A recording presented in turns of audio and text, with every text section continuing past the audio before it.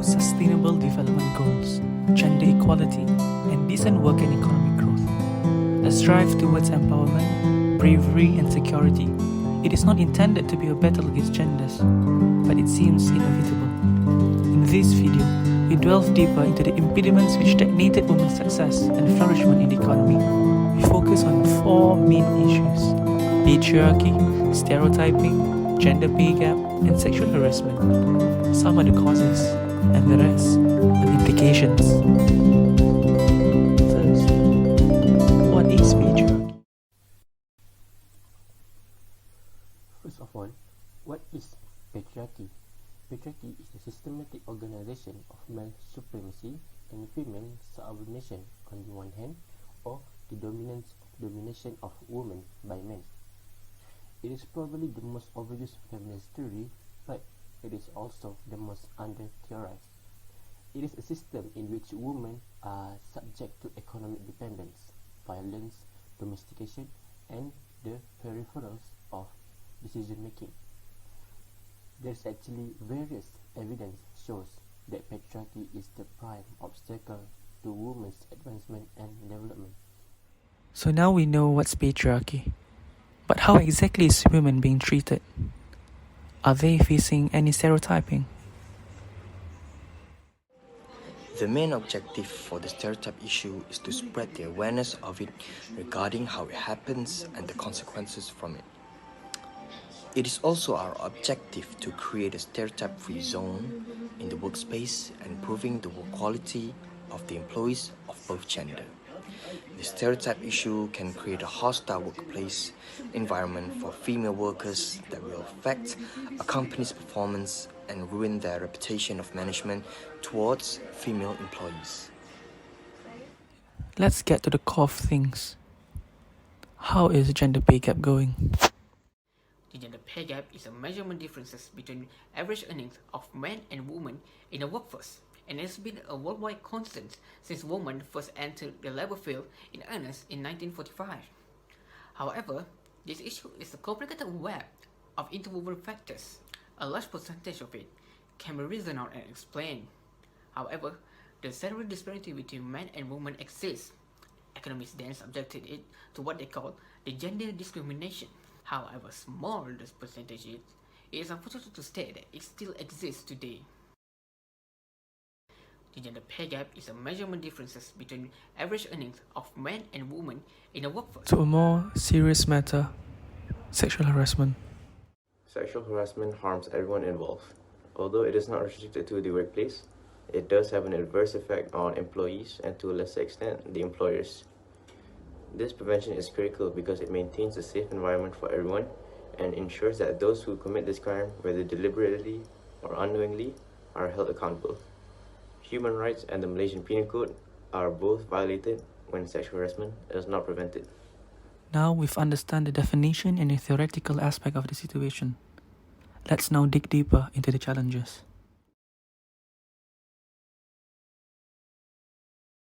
Fully execute this issue, there is actually many challenges. One of them is ineffectiveness of workplace policies.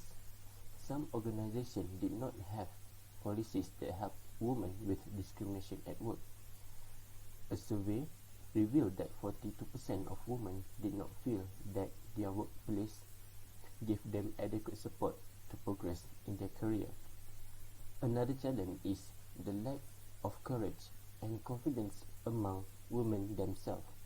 They did not have enough courage to stand up for their rights and equalities in their workplace environment. This happens because of fear of taking the risk, as if they stand up for themselves and get kicked out of the company.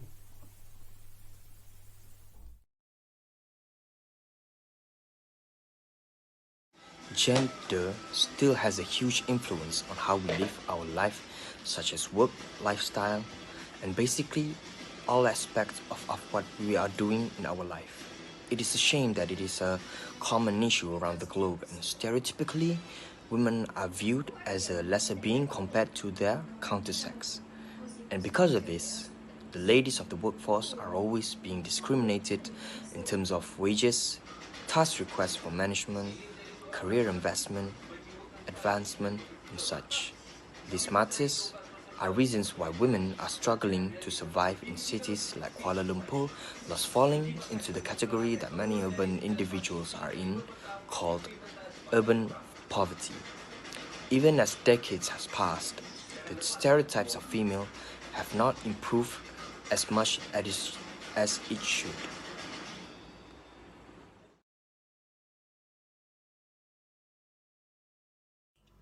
Gender discrimination and gender stereotypes are two of the most prominent impediments in closing the wage gap between males and female. Employers may discriminate in pay even if they do not overtly deliberate to pay women less than males. In some instances, discrimination follows women from one job to another, resulting in a biased wage decisions. Because of public expectation and hence with gender stereotypes, most women are conformed to choose lower paying employment such as psychology, counseling, education, and other related fields. To aggravate things further, women are socially coerced to deal with housework and children.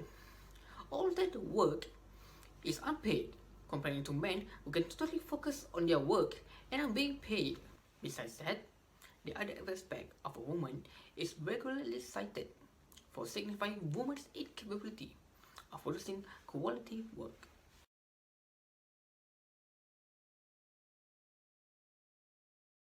Sexual harassment claims continue to pile up year after year, posing a serious threat to women's rights and safety.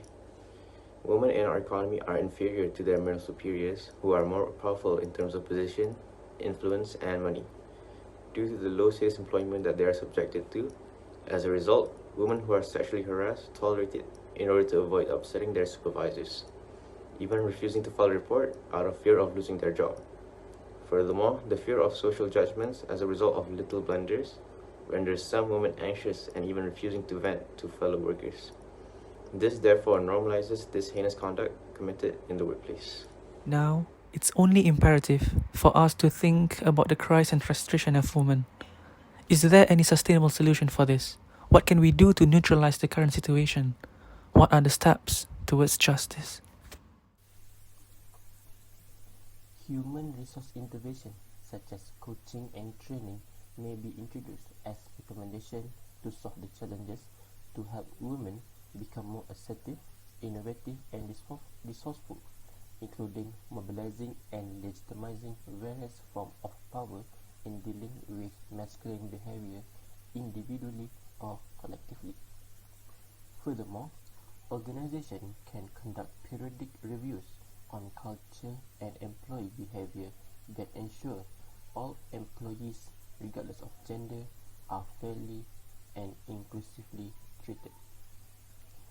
Organizations must provide women with much needed voice critical to challenging patriarchal behavior and fighting unjust discrimination that undermines their performance and organization citizenship behavior.